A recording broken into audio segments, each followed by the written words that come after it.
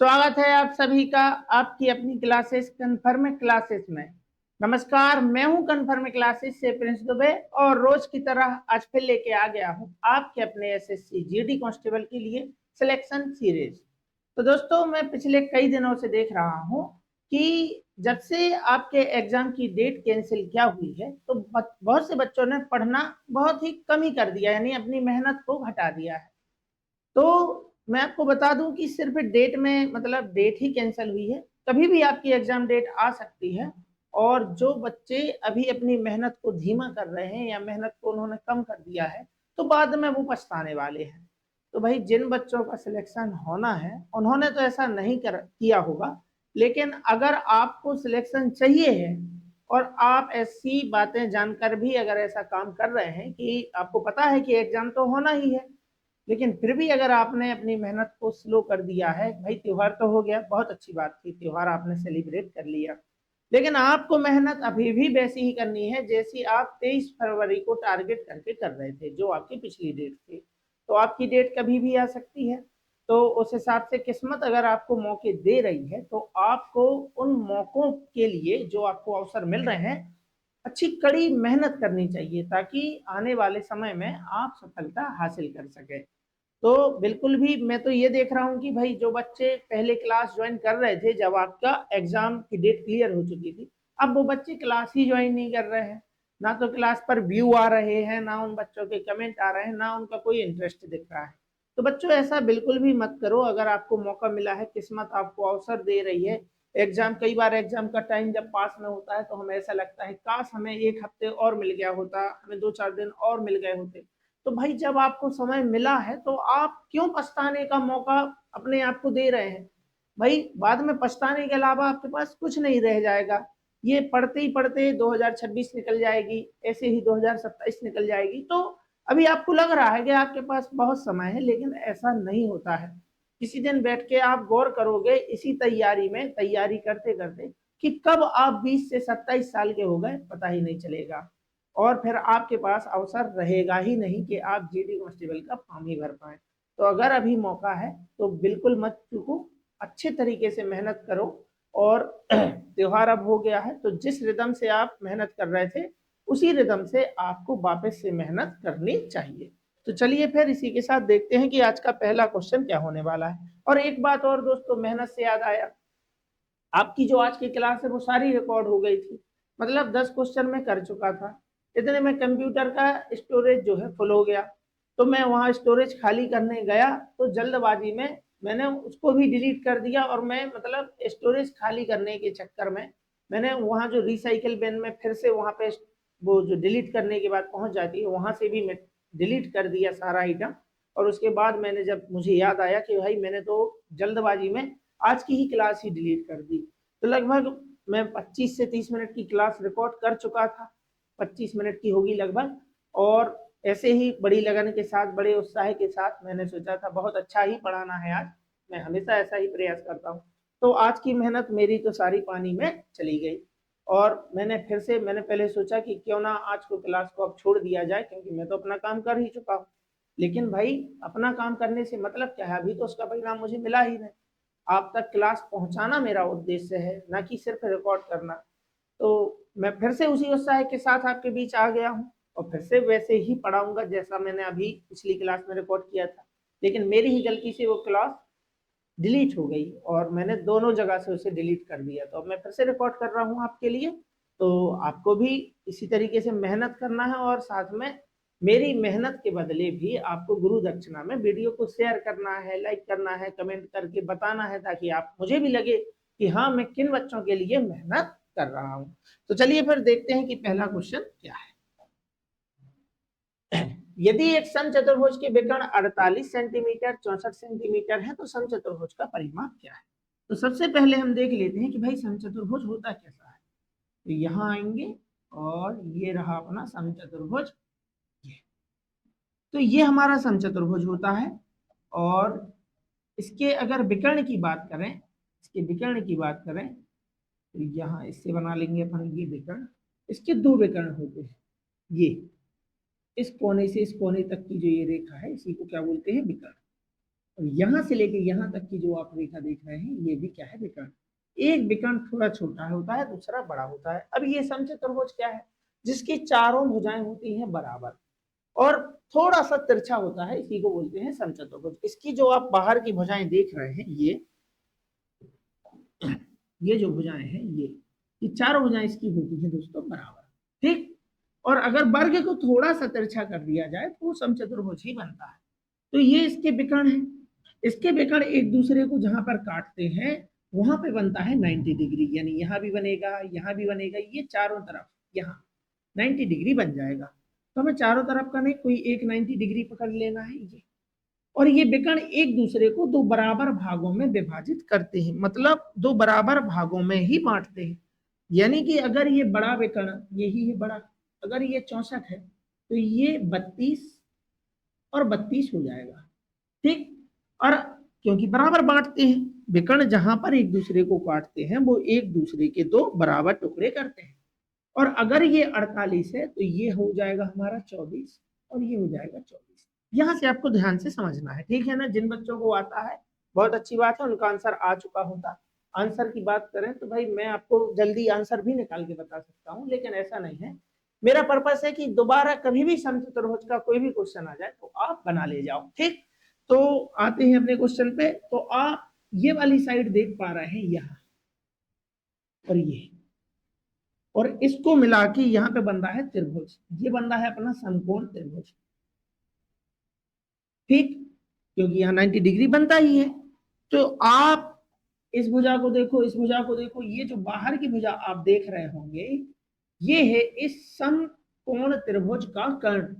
यानी कि यहाँ जो समकोण त्रिभुज बन रहा है उस समकोण त्रिभुज का कर्ण जो होता है इस समचतुर्भुज की भुजा होगा।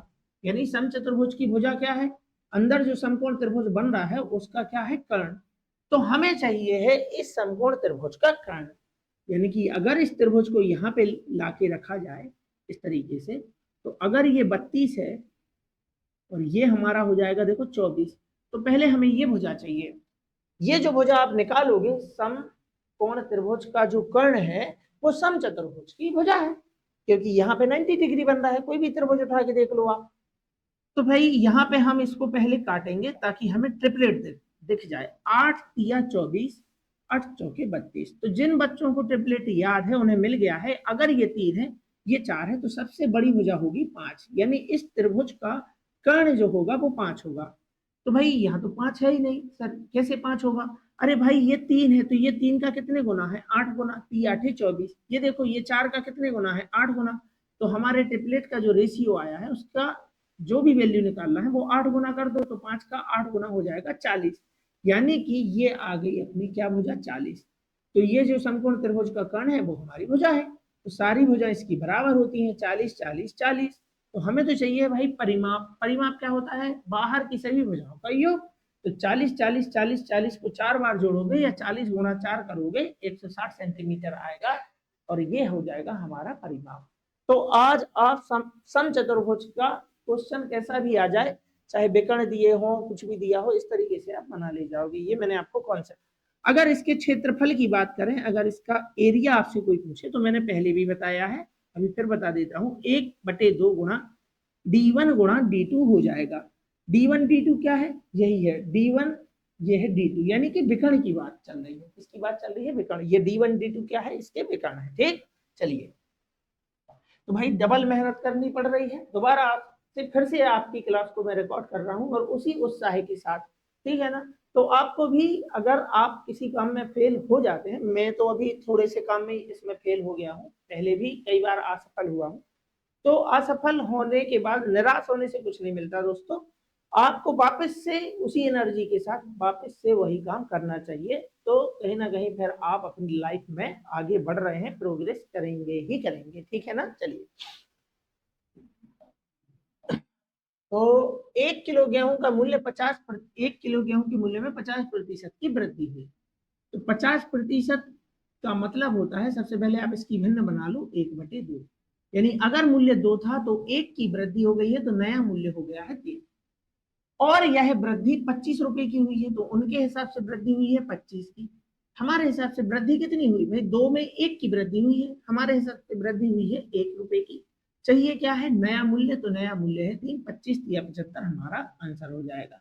चलिए आपके जीडी का क्वेश्चन था, तो अनुपात का क्वेश्चन है, एम एन और पी का अनुपात दिया है, साथ में पी और क्यू दिया है। तो पहले हमें सभी को लिख लेना है कि एम एन पी और पी हम लिख चुके हैं, इसलिए डबल नहीं लिखना है, यहाँ लिखेंगे क्यू।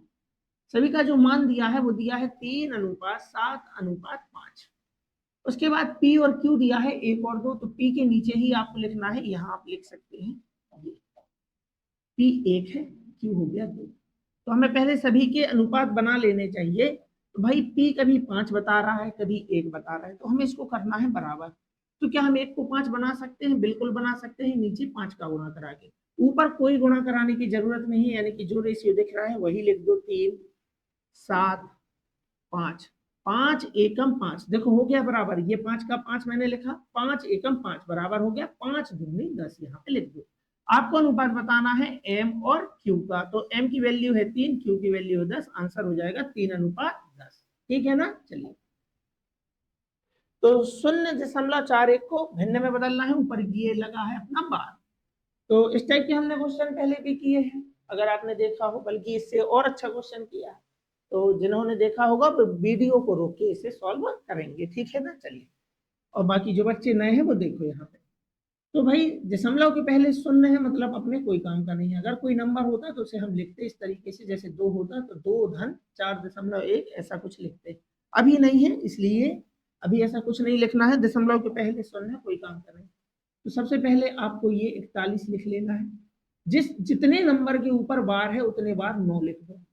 तो भाई एक ही नंबर पे बार था, ये इसको बार बोलते हैं, एक बार 9 बना दिया। और जितने नंबर पर बार नहीं है उतने बार 0 लिखो। तो एक नंबर यानी 4 पे बस बार नहीं है, कितने नंबर पे, एक ही नंबर पे, तो एक बार 0 लिख दो। और जिस नंबर पे बार नहीं है उसको इसमें से घटाना है। किस पे नहीं है? 4 पे नहीं है, 4 घटा दो, बस अपना आंसर आ गया। 41 में से 4 गया, आ गया 37, नीचे है अपना 90, आंसर है 37/90। ठीक। चलिए, अमर सचिन से 10% अधिक कुशल है। अमर सचिन से 10% अधिक कुशल है। तो 10% का मतलब क्या होता है? 1/10। 2 लोग हैं, अमर और सचिन। किससे? सचिन से। जिससे बोले नीचे वाली संख्या उसी की है। तो सचिन की वैल्यू हो गई 10, सचिन की क्षमता है 10। 10 से 1 अधिक कौन है? अमर, यानी कि 11। कुशल है मतलब कुशलता यानी कि क्षमता दी है, ये क्षमता है। तो उसने कहा है कि यदि सचिन अकेले किसी काम को 44 दिनों में करता है, तो सचिन एक दिन में कितना काम करता है? क्षमता मतलब एक दिन में किया गया काम 10, कितने दिन काम किया है? 44। तो एक मतलब सचिन जो है काम करेगा एक दिन में 10, और 44 दिन किया है तो 10 गुणा 44 काम करेगा। ये अपना टोटल वर्क है। किसी ने हमसे टोटल वर्क पूछा नहीं तो गुणा कराने की जरूरत नहीं है, बस ऐसा ही लिख दो।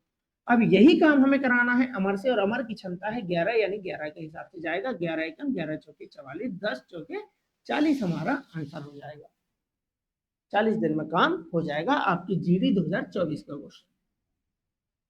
चलिए, किसी निश्चित राशि पर 3 वर्षों के लिए प्राप्त साधारण ब्याज 1782 रुपए है। उसी ब्याज दर पर, तो जब दर वही है दोनों कंडीशन में, तो जो पहली कंडीशन में ब्याज था उसी हिसाब से आपको आगे ब्याज मिलेगा। तो साधारण ब्याज की सबसे अच्छी बात तो यही है कि अगर आपको 3 साल का ब्याज मालूम है तो आप 1 साल का बना सकते हैं, अगर दर वही है तो अगर 1 साल का साधारण ब्याज 100 है तो कोई भी बता देगा 2 साल का 200 है, 3 का 300 है, 4 का 400 है। इसलिए तो साधारण ब्याज कहलाता है, क्योंकि उसमें एक बार जो ब्याज की राशि फिक्स हो गई एक दर पे, और अगर दर हर बार वही रही तो ब्याज भी हर बार वही रहेगा। जैसे एक बार का 100 था तो अगली बार भी आपको 100 रुपए ही लगेगा। तो बात यहां हो रही है कि 3 वर्ष का आपको ब्याज मालूम है, जो कि हमें पता है कि 1782 रुपए है। तो 1 साल का ब्याज कितना हुआ? 3 साल का 1782। एक की वैल्यू निकालते हैं तब कराते हैं भाग। करा दो भाग 3 से, 3×5=15, बच गया 2, हो गया 28, 3×9=27, 3×4=12। ये हो गया अपना 1 साल का ब्याज। एक का नहीं चाहिए साहब, हमें चाहिए 10 वर्ष का। तो 1 साल का ब्याज है 594, हमें चाहिए है 10 का। एक की वैल्यू मालूम है, ज्यादा की निकालनी है, तब कराते हैं गुणा। भाई 1 साल का 594, 10 का कितना? 594 गुणा 10, तो यहाँ आ जाएगा 5900 40। 10 से गुणा कराना है, सिर्फ शून्य ही तो लगाना है। ये रहा ऑप्शन नंबर सी में हमारा आंसर। ठीक, कोई फॉर्मूला आपको नहीं लगाना है, डायरेक्ट सोचना है। ठीक, चलिए। एक त्रिभुज का क्षेत्रफल स्थिर रखना है। यदि त्रिभुज के आधार को 20% घटा दिया जाए तो लंबाई, मतलब अगर आप एक चीज बढ़ा रहे हैं तो दूसरी आपको घटानी पड़ेगी, और अगर आप आधार को घटा रहे हैं तो ऊंचाई को आपको बढ़ाना पड़ेगा। यही कॉन्सेप्ट कल भी हमने सीखा था, जहां हमने आयत की बात की थी। लंबाई अगर आप बढ़ा रहे हैं तो चौड़ाई आपको घटानी पड़ेगी, अगर आपको क्षेत्रफल वही रखना है। आपके क्षेत्रफल में आपको परिवर्तन नहीं करना है, तो जब आप एक चीज को बढ़ाते हैं तो दूसरी आपको घटाना पड़ेगा, चाहे वो कीमत हो, कीमत खपत वाला रेशियो हो, लंबाई चौड़ाई वाला हो, या फिर आधार और ऊंचाई वाला हो। तो क्षेत्रफल मतलब ऐसा कोई भी क्षेत्रफल, जैसे मतलब जो आप गुणा करके निकालते हैं, ऐसा कोई भी परिणाम जो आप गुणा करके निकालते हैं वो आप इस तरीके से कर सकते हैं कि अगर आप आधार में वृद्धि कर रहे हैं तो आधार में कितनी वृद्धि कर रहे हैं, 20%, यानी 1/5 वृद्धि नहीं कर रहे हैं, घटा रहे हैं। यानी अगर आपका आधार पहले 5 था तो आपने 1 कम कर दिया है, तो नया आधार हो गया है 4। यहाँ आप चाहो तो लिख सकते हो कि ये पहले की बात है और ये बाद की बात है। तो अगर आपको क्षेत्रफल स्थिर रखना है, यानी कोई परिवर्तन नहीं करना है, तो ऊंचाई का अनुपात इसका जस्ट आपको उल्टा लिखना है, 4 से 5। और अगर क्षेत्रफल में परिवर्तन करना है तो वो ऊंचाई का भी अनुपात बताता, तो हम यहाँ लिख लेते और सीधा गुणा करा के क्षेत्रफल पे बात करते। यहाँ आप देख सकते हैं 5 चौके 20, 5 चौके 20, यानी क्षेत्रफल वही है। सर क्षेत्रफल का फार्मूला तो 1/2 गुणा आधार गुणा ऊंचाई होता है, मालूम है, लेकिन बात आप अनुपात में कर रहे हैं तो 2 से 2 कट गया है, ऐसा समझ लो। तो आधार गुणा ऊंचाई ही बोलो अभी, ठीक है ना। चलिए, तो ऊंचाई में आपने वृद्धि की, पहले ऊंचाई देखो, क्षेत्रफल देखना है 5 चौके 20, 5 चौके 20, और अगर 1/2 लगा भी दोगे यहाँ पे तो 5 चौके ये 20 आ गया, ये 20 आ गया, दोनों जगह बटे दो कर दोगे, क्या फर्क पड़ेगा अनुपात में, 2 से 2 कट गया, ऐसा समझ लो, या 2 धाम 20, 2 धाम 20, 10 आ गया। ठीक है ना, यानी एक और एक अनुपात पर फर्क नहीं पड़ता है इन चीजों का। तो हमसे पूछा है ऊंचाई में कितनी वृद्धि की, तो पहले ऊंचाई कितनी थी, पहले ऊंचाई 4 थी, अब 5 हो गई है, कितना बढ़ा दिया है, 1। 1 की वृद्धि कितने से, 4 से, 1/4 का मतलब होता है 25%। पढ़ते पढ़ते आप कर सकते हैं, बन गई भिन्न, बनाना है प्रतिशत, गुणा करा तो 100 का, अगर नहीं मालूम है तो 4 से जाएगा अपना ये 25 बार, आंसर हो गया 25%। ठीक, चलिए, काफी बढ़िया क्वेश्चन है, कार्य समय का है। तो पार्थ, रिजवान और संगीता एक कार्य को क्रमशः 40, 60 और 80 दिनों में कर सकते हैं। सबसे पहले कार्य क्षमता निकाल लो, पार्थ, रिजवान और संगीता, ये 40 और ये 60 और ये अगला 80 दिनों में। सबसे पहले एलसीएम लेंगे, एलसीएम आ जाएगा अपना 240। शून्य से शून्य गया, 4 से जाएगा 6 बार, 6 से जाएगा 4 बार, 8 से जाएगा 3 बार। ये अपनी क्षमता है, ठीक है ना भाई। 40 दिनों में 240 यूनिट काम, तो एक दिन में कितना, एक दिन में किया गया कार्य कहलाता है क्षमता। अब आगे क्वेश्चन आपको ध्यान से पढ़ना है कि पार्थ उस कार्य को कितने दिनों में कर सकता है, यानी कार्य को करने की जो जिम्मेदारी है वो पार्थ की है। अब कैसे, यदि रिजवान और संगीता प्रत्येक तीसरे दिन उसकी सहायता करने आते हैं, हर तीसरे दिन आते हैं, मतलब डेली नहीं आते, हर तीसरे दिन आते हैं सहायता करने, तो यहां बात करें अगर पहले दिन की, तो पहले दिन आएगा काम करने पार्थ, दूसरे दिन काम करने आएगा पार्थ, लेकिन तीसरे दिन काम करने आएगा पार्थ, लेकिन साथ में आएंगे रिजवान और संगीता। तो पहले दिन कितने यूनिट काम होगा, जो कार्य जो इसकी क्षमता है पार्थ की 6, दूसरे दिन भी 6 यूनिट, लेकिन तीसरे दिन तीनों मिलके काम करेंगे, 6 4 10 और 3 13, यानी कि तीसरे दिन काम होगा 13 यूनिट। तो अगर इन सभी यूनिटों को मिला लिया जाए कि अगर ये सभी यूनिट साथ में काम कर रही होते, एक ही बार में काम हो रहा होता, 3 दिन के बराबर एक ही दिन में काम हो रहा होता, तो काम होता एक ही दिन में 25, 6 6 12 13 25। अब यहां से ध्यान से देखो, ठीक, हमें काम करना है 240 यूनिट, और अगर एक ही दिन में हम 25 के हिसाब से करते तो यहाँ कितने बार भाग जा रहा है, 25 नम्मा 225, शेष यहाँ आपको अलग से लिख देना है, शेष बचेगा कितना यूनिट काम, 15 यूनिट। लेकिन एक ही दिन में तो 25 यूनिट काम हुआ नहीं है, पहले दिन 6 हुआ था, दूसरे दिन 6 हुआ था, तीसरे दिन 13, यानी कि ये 3 दिन, अगर ये 3 दिन का काम है, अगर 3 दिन का काम देखा जाए तो 25 है, ये तो हमने मान लिया कि हर 3 दिन में 25 यूनिट काम हुआ, तो सभी को कितने कितने दिन काम पर आना पड़ेगा, 9 दिन। यानी कि अगर ये साथ में करते तो 25 के हिसाब से होता, लेकिन साथ में थोड़ी किया है, इन्होंने तो अलग अलग किया है। 9 दिन इसने काम किया है, 9 दिन इस यूनिट में काम किया है और 9 दिन इसने। तो ये कितने बार में काम हुआ है, 25 यूनिट 3 बार में। तो हमें हमेशा इसका 3 गुना कराना होता है जितने बार में ये चक्र पूरा होता है। तो 25 यूनिट काम हुआ है 3 बार में, यानी 3 बार सभी आए हैं मतलब। तो 25 से जाएगा 9 बार, तो इस 9 का आपको 3 गुना कराना है। यानी कि 9 दिन सिर्फ इस अकेले का नहीं है, 9 दिन पार्थ यहाँ काम किया, 9 दिन पार्थ यहाँ किया और 9 दिन इस जोड़े ने काम किया, तो 9 या 27 हुआ ना। यानी कि हमें 27 दिन लगेंगे।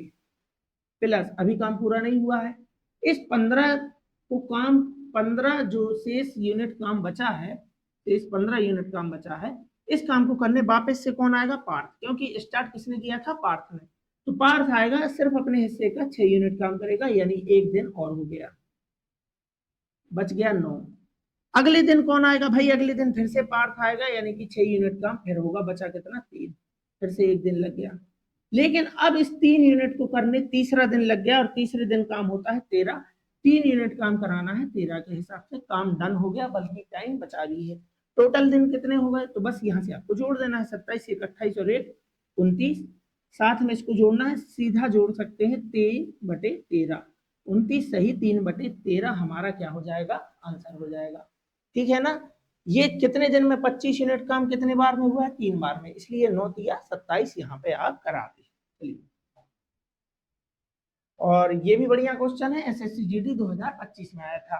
तो औसत गति का क्वेश्चन आपके एग्जाम में आएगा ही, मुझे मालूम है कि क्वेश्चन यहाँ पे आसान है, लेकिन फिर भी इसको आपके एग्जाम में आना है इस टाइप का क्वेश्चन जिसमें आपसे औसत गति पूछेगा। तो मैं करा इसलिए भी रहा हूं ताकि कोई बच्चा ये ना कह पाए कि आपने तो इस टाइप का करा ही नहीं था। तो ये बात और है कि मैंने इससे कई लेवल के, मतलब इससे भी और अच्छे लेवल के क्वेश्चन आपको कराए हैं, ताकि आप औसत चाल निकालना वहां पे सीख ही गए होंगे। लेकिन फिर भी जब आते हैं इस टाइप के क्वेश्चन, तो मैंने सोचा कि क्यों ना इसे आज की क्लास में आप तक पहुंचा दिया जाए। चलिए, तो 60 किलोमीटर की दूरी 30 की चाल से, यहाँ आप एलसीएम नहीं ले सकते, क्योंकि हर बार जब उसने दूरी तय की है वो कैसी है, अलग अलग। जब अलग अलग दूरी होती है तो आपको यहाँ जो वैल्यू दी है उसका इस्तेमाल करना ही होता है। तो हमें 60 किलोमीटर जाना है, किस चाल से भाई, 30 की चाल से। 30 एकम 30 दूनी 60, यानी यहाँ लगेंगे 2 घंटे। हमें कुल दूरी और कुल समय चाहिए, तो पहले हम कुल समय निकाल लें, दूरी तो कुल लिखी है वहां पे। फिर उसके बाद 30 किलोमीटर वो गया है कितने की चाल से, 60 की चाल से। भाई पढ़ते पढ़ते बता सकते हो, 60 किलोमीटर प्रति घंटे का मतलब है 1 घंटे में 60 किलोमीटर। तो जब 1 घंटे में 60 किलोमीटर जा रहे हो तो 30 किलोमीटर जाने में कितना समय लोगे, आधा घंटे लोगे, है ना। तो यहाँ 30 एकम 30 दूनी 60, लेकिन मैं यहाँ सॉल्व करके भी बता देता हूँ, 1/2 घंटे आपको लगेगा, यानी कि आधा घंटे। उसके बाद उसने 45 किलोमीटर की दूरी कवर की है किस चाल से, यहाँ देखो 90 किलोमीटर प्रति घंटे की चाल से। 1 घंटे में 90 किलोमीटर, तो 45 जाने में कितना समय लोगे, अरे भाई 90 किलोमीटर जाने में 1 घंटे लेते हैं, तो आधी यानी 45 किलोमीटर जाने में आधे घंटे का समय लेंगे, आधा समय लेंगे। तो आधे घंटे यहाँ आ गया, 1/2 घंटे।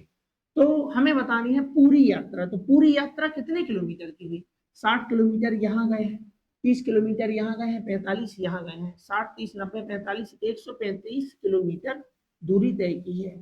तो पूरी यात्रा है 135 किलोमीटर की, और पूरा कुल समय कितना है, 2 घंटे, आधा घंटे और आधा घंटे, 1 घंटे हुआ ना, तो 2 और 1 3 घंटे, यानी 3 घंटे में 145 किलोमीटर। तो औसत का मतलब होता है हर एक, औसत का मतलब होता है हर 1 घंटे में कितना चले आप।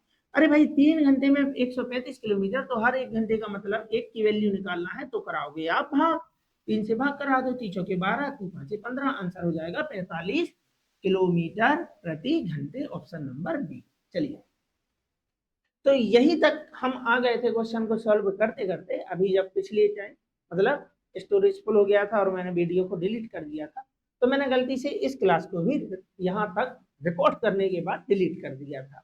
तो कोई बात नहीं, हो जाती है कई बार गलती, लेकिन गलती से मायूस होकर नहीं बैठना है, बल्कि गलती को सुधार के आगे बढ़ना है, ठीक है ना। चलिए, तो मान लीजिए x सबसे बड़ी संख्या है जिसे 21 61 और 91 से विभाजित करने पर समान शेषफल बचता है। और हमने क्वेश्चन को पढ़ा और यहाँ से सॉल्व करने लग गए कि भाई पहले हम हर बड़ी संख्या में से छोटी संख्या को मतलब घटा लेंगे, क्योंकि हमें समान शेष फल बचाना है, जैसे भी आप सॉल्व करते हैं। लेकिन भाई क्वेश्चन को पहले आप पूरा तो पढ़ो।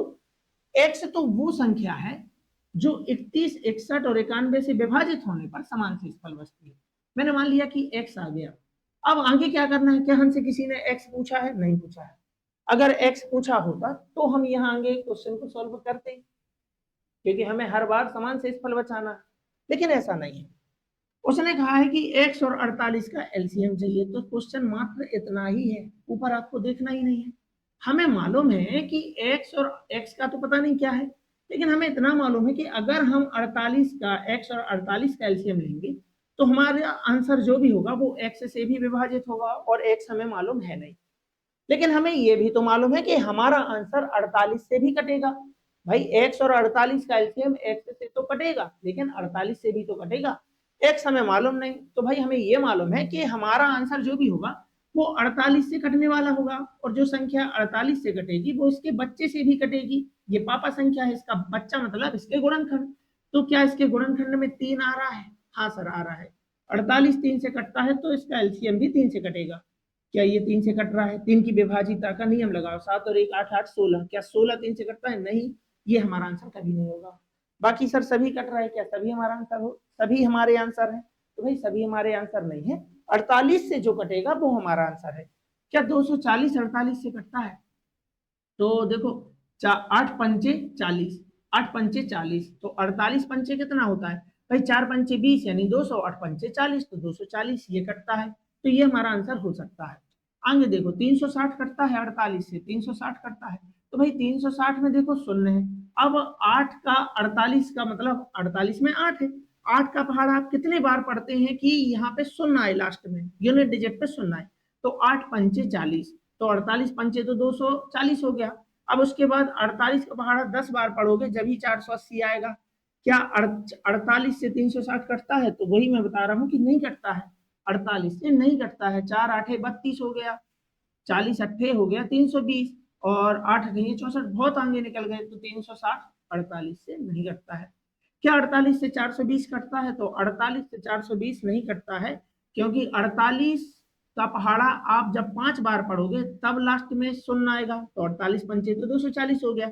दूसरा 10 बार पढ़ोगे तब 480 आएगा, मतलब लास्ट में शून्य आएगा, तो 480 कटता है और 240 कटता है। बाकी और भी संख्याएं कटती हैं, लेकिन लास्ट में शून्य सिर्फ 2 जगह आता है, या तो 5 बार पढ़ने में, और 5 बार पढ़ने में आ रहा है 240, 10 बार पढ़ने में 480। तो ना तो 420 48 से कट रहा है, ना तो 360। सिर्फ एक ही नंबर है जो 48 से विभाजित हो रहा है, वो है 240। और 48 से विभाजित इसलिए होगा क्योंकि x और 48 का एलसीएम चाहिए, और एलसीएम इससे कटेगा। तो यही हमारा आंसर है। आगे क्वेश्चन आपको सॉल्व करना ही नहीं था, ठीक है ना? चलिए तो आपको ना 8 की विभाजिता का नियम लगा सकते थे, मैंने तो आपको 48 से बताया ताकि आप और अच्छा सोच पाओ। जैसे 8 की विभाजिता का नियम क्या है, तो 8 की विभाजिता का नियम लगा के देख लेते, लेकिन मैंने कहा क्यों ना, 48 कोई बड़ा नंबर है नहीं, इसलिए एग्जामिनर भी चाहता है कि आप डायरेक्ट 48 से चेक करो और आगे बढ़ो। चलिए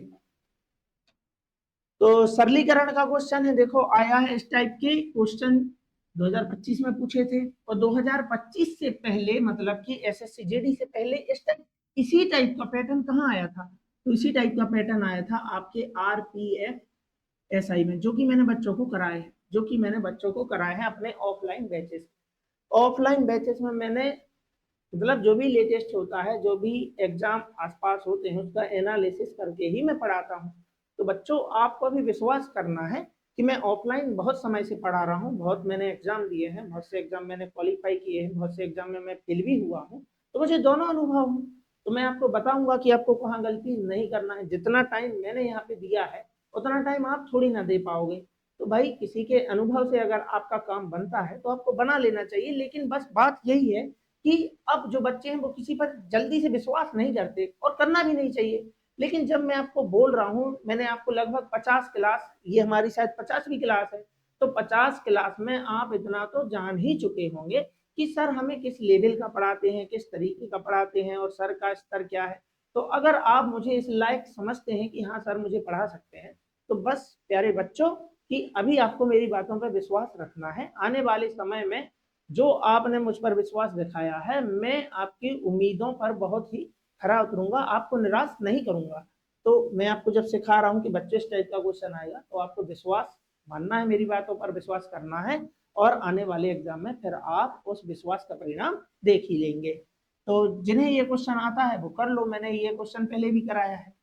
चलो जिन्हें नहीं आता है उन्हें मैं बता देता हूँ कि ये सरलीकरण का क्वेश्चन है और ये बोर्ड मास के नियम से होगा। बोर्ड मास का नियम होता है कि बी का मतलब ब्रैकेट होता है, कि पहले आप ब्रैकेट को सॉल्व करेंगे। ओ मतलब ऑफ, यानी ऐसा लिखा होता है ना कि 5 का 1/5, ये का इसी को ऑफ बोलते हैं। अभी ऐसी कोई कंडीशन है नहीं।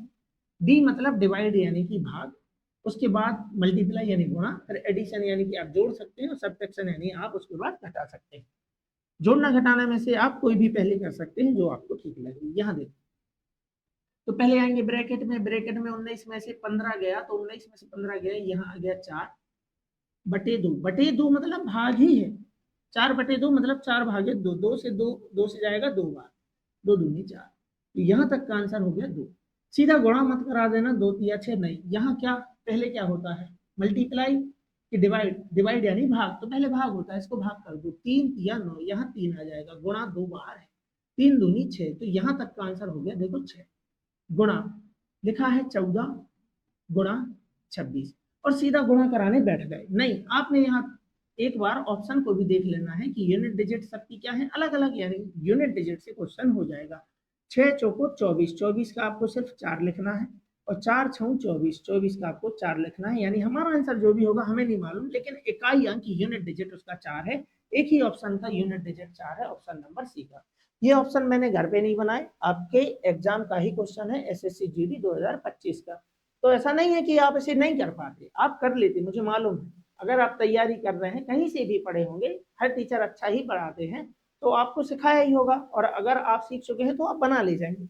लेकिन बात तरीके की है कि कहीं ऐसा ना हो कि आप वहां गुणा कराने बैठे हो, 26 गुणा पहले 14 कराया होगा, फिर जो भी आंसर आया होगा उसका 6 में गुणा कराया होगा, तो आप ये क्वेश्चन मान के चलो 30 सेकंड में कर पा रहे हैं, लेकिन अगर आप एक अच्छे तरीके से कर रहे हैं तो 5 से 10 सेकंड में ही क्वेश्चन को कर पाएंगे, है ना कहीं अगर आप टाइम बचाते हैं तो किसी अच्छे क्वेश्चन में उस टाइम का आप इस्तेमाल कर सकते हैं। तो ऐसे में होगा क्या कि एग्जाम में आपका कॉन्फिडेंस अच्छा रहेगा, और जब आपका कॉन्फिडेंस अच्छा रहेगा तो जो क्वेश्चन आपसे आते हैं वो तो आप सही करोगे ही, लेकिन जो क्वेश्चन वहां पे नया आ गया है, और अगर आपके पास टाइम है और आपका पेपर बिल्कुल अच्छे तरीके से हो रहा है, कोई उतार चढ़ाव ज्यादा देखने को नहीं आया है, टाइम भी अच्छा है, तो आप उस क्वेश्चन को भी बना ले जाएंगे जो आपने पहले कभी नहीं देखा, लेकिन आपको कॉन्सेप्ट मालूम है, तो कॉन्सेप्ट आप लगा ले जाएंगे। लेकिन अगर आपने टाइम मैनेजमेंट सही तरीके से नहीं किया है, तो जो आपको अच्छे तरीके से भी आता है मेरे भाई मेरी बहन, तो वो क्वेश्चन भी आप वहां पे गलत करके आ जाते हैं, छोड़कर आ जाते हैं। तो भाई ये चीजें आपको वही बताएगा जिसने एग्जाम दिया है। तो मैंने आपके लेवल का एग्जाम दिया है, मैंने एसएससी जीडी का एग्जाम दिया है, जो क्वालिफाई किया है, मैंने एमपी पुलिस कांस्टेबल का एग्जाम दिया है, क्वालिफाई किया है, और भी ऐसे एग्जाम है जिसे मैंने दिया है और मेरिट से बाहर हो गया हूँ, जिनमें फिजिकल वगैरह नहीं होता है। तो बहुत एग्जाम है, तो जो गलती मैंने पहले की है वो मैं आपसे होने नहीं दूंगा, और जो मैंने एग्जाम निकाले हैं वो मैं आपके एग्जाम नींद में भी निकलवा दूंगा, तो विश्वास रखिए, ठीक है ना। चलिए, और ये रहा हमारा आज का लास्ट क्वेश्चन। विपिन एक डिस्काउंट योजना प्रदान करता है जिसमें 7 नोटबुक खरीदने पर 3 मुफ्त मिलती है, यानी अगर आप 7 खरीदते हो 3 आपको फ्री में मिल जाती है, यानी आपको मिलती है, ठीक। 7 खरीदोगे, पैसा लगेगा 7 का, पैसा लगेगा 7 का आपको, लेकिन आपके घर पे पहुंचेंगी 10 वस्तु, तो आप ये नहीं बोल सकते कि मैंने 10 रुपए वाली वस्तु को 7 में खरीदा है, यानी मुझे 10 वस्तुओं के बराबर पैसा लगता, 7 पेन खरीदे मैंने लेकिन मुझे 3 मुफ्त मिल गए, मुझे 10 मिले, तो यही तो इसका मार्केट प्राइस है, अंकित मूल्य है। आप तो यही बोलोगे कि 10 पेन मुझे अगर खरीदने होते तो 10 पेन का पैसा लगता, लेकिन मुझे सिर्फ पैसे लगे हैं 7 रुपए, मुझे 10 रुपए की वस्तु 7 रुपए में ही मिल गई, यानी 3, यही तो आपका डिस्काउंट है। तो 3 रुपए का आपको डिस्काउंट मिलता है, कितने पर, 10 पर। अगर आपसे कोई ये पूछे कि बट्टे का प्रतिशत क्या है, तो 3/10 है, यानी कि 30% आपका आंसर हो जाता। लेकिन नहीं, आपसे पूछा है कि अंकित मूल्य 185 रुपए अंकित मूल्य वाली वस्तु का विक्रय मूल्य क्या है, तो भाई यही तो हमारा अंकित मूल्य है, 10 की वस्तु, ये आपका मार्केट प्राइस है, 3 रुपए की छूट मिल गई, तो विक्रय मूल्य क्या हुआ, उसका विक्रय मूल्य क्या हुआ, सेलिंग प्राइस क्या हुआ, 7, तो उनके हिसाब से वस्तु का मूल्य है 185 रुपए अंकित मूल्य। हमारे हिसाब से अंकित मूल्य हो गया 10। चाहिए क्या है? चाहिए है विक्रय मूल्य, यही तो हमने विक्रय मूल्य बना दिया यहाँ से। विक्रय मूल्य 7, 10 से भाग कराओगे तो एक अंक बाद दशमलव आ जाएगा, एक अंक बाद दशमलव आ जाएगा, सीधा आपको गुणा कराना है। 7 पंचे आ जाएगा यहाँ पे 35, यहाँ गया 3 7 8 56 3 59, 5 7 1 7 5 12, एक अंक बाद दशमलव था, लगा दो, आंसर हो जाएगा 129.50। तो चलिए आज के हमारे 12 क्वेश्चन कंप्लीट हो गए और इन 12 क्वेश्चन को मैंने तो डबल बनाया है, 12 10 क्वेश्चन में पहले कर चुका था यानी कि 22। तो आज मुझे भी अच्छा लगा कि एक बार मैंने अभी असफल होते हुए भी गलती करने के बाद मैंने फिर से उत्साह के साथ आपको पढ़ाया है, तो मुझे अपने आप में आज बहुत अच्छा लगा कि हाँ मैंने डबल मेहनत आपके लिए की। तो आप भी डबल मेहनत करिए, वो भी अपने लिए। जब आप सफल हो जाएंगे तो सबसे पहले वो आपकी सफलता है, उसके बाद ही तो किसी की है। फिर वो बात और होती है कि सफलता सिर्फ वो आपकी नहीं बल्कि और भी लोगों की वो सफलता होगी। भाई अगर जो दोस्त आपको अपना दोस्त मानते हैं वो भी अपनी सफलता समझेंगे कि भाई मेरा दोस्त सफल हो गया। आपके माता पिता की सफलता तो आपसे पहले तो उन्हीं की सफलता है, क्योंकि उनका संघर्ष आपसे कहीं ना कहीं ज्यादा ही होता है। उसके बाद कहीं ना कहीं आपके गुरु की भी सफलता होगी, आपके भाई बहन जिन्होंने भी आपके इस संघर्ष में आपका साथ दिया है वो उनकी भी सफलता होती है। तो सफलता मतलब व्यक्तिगत नहीं होती है, सफलता तो सार्वजनिक होती है। हाँ, असफलता व्यक्तिगत होती है, यानी कि अगर आप असफल हुए हैं तो ऐसा मतलब बहुत ही कम होता है कि असफलता में हम अकेले ही पड़ जाते हैं। तो घबराने की जरूरत नहीं है कि अगर आप असफल हो भी गए हैं किसी एग्जाम में तो आपकी असफलता के साथ भी मैं ही हूँ।